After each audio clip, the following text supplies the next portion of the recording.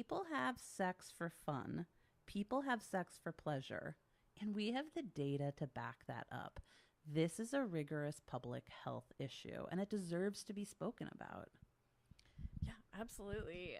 It really does get left behind in lots of conversations, and we touched on this a little bit, but like just providers having that conversation with patients. Yes, absolutely. So, this is such a critical area.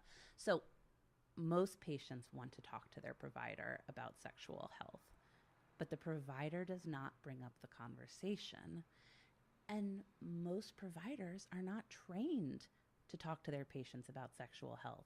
So we have this disconnect where patients want to talk to their doctors. Doctors don't know how to talk to their patients about sexual health. And that's a real problem. A number of years ago, I was consulting with the World Health Organization, and we created guidelines called brief sexuality related communication guidelines.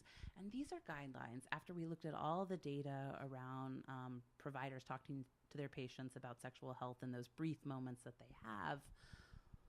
What happens? How does it matter? Why does it matter? And we found that providers who spoke to their patients about sexual health in those brief moments, it really could make an impact on STIs, on HIV, on unwanted pregnancy. And we wanted to be able to talk about the impact on sexual well being, on autonomy, on pleasure. The data just wasn't there at the time. It wasn't rigorous enough for those guidelines. But what we were able to say is that providers should be talking to their patients about sexual health, and they need the training. The training can happen in medical school, but also post medical school, this training can occur, and it is critical.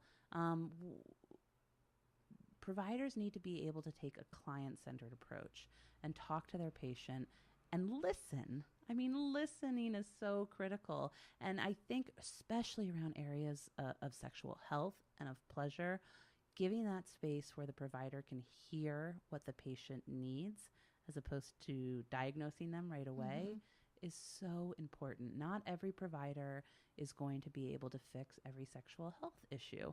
This is why we have sexologists. This is why we have psychologists. This is why we have so many different specialties within the medical community.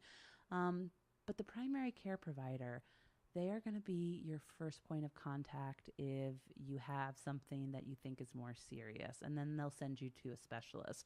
Sexual health should be no different than any sort of infection or cold or mental health problem or anything you're talking to your primary care provider about.